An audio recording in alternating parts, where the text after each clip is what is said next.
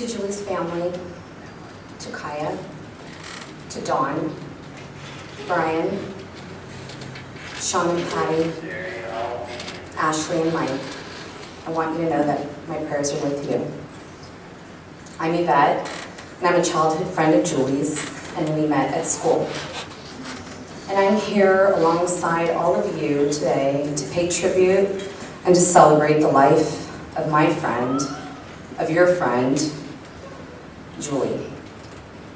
We can all agree that Julie was one of a kind. Julie's life was taken from us too early, and it is hard to understand why tragic things like this happen to good people, to a good person like Julie, who was unique and so full of life. And a funny story that I remember that truly embodies how unique Julie was is the story about her senior prom dress. One day during our senior year of high school, Julie called me and a few friends to help her with a special project. It wasn't a science project or anything like that. And I go over there and I see that Julie bought a really beautiful black dress, but of course it was not unique enough for Julie. The dress designer did not meet Julie's fashion styles, so she decided we were gonna, I love what Ashley said, Julie-esque the dress. So she told me that for the next few hours throughout the night, along with Dawn, we would be cutting a hole like in the middle of the dress to highlight her abs, and that we were going to glue on rhinestones one by one on the bottom of the dress so that Julie could sparkle. Like Kaya was talking about her mom with this picture, it sparkled. We glued on all the sparkles. And, you know, if I told this story to people who didn't know Julie, they would think that she was absolutely crazy. But because I'm sharing it with all of you who loved and appreciated her unique nature, you can laugh along with me because typical people just don't cut out prom dresses and glue on rhinestones. And that's what made Julie very authentic. She was just such an authentic person. And authenticity requires a certain measure of vulnerability and transparency and integrity. And Julie embodied those qualities. And she had a vibrant, colorful, original movie. It was like her part one. Julie was the shining star of her own life. She lit up a room the second she walked in and truly was the life of the party. Julie's laugh was infectious. Her smile, her long blonde locks, her fit and tan body that looked truly like it belonged to a 25-year-old.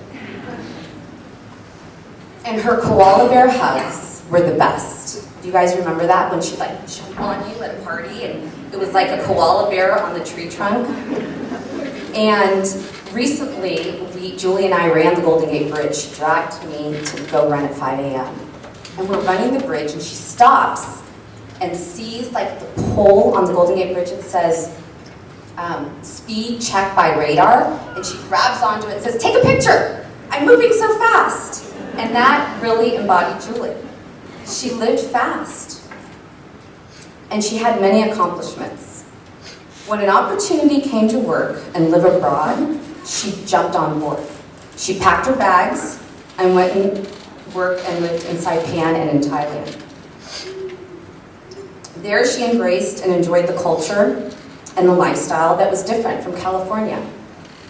And after her adventures in Asia, she returned back to the Bay Area, where she was a physical therapist in Napa Valley. And that's where Julie's inner qualities of compassion, kindness, and nurturing were highlighted through the patients that she cared for.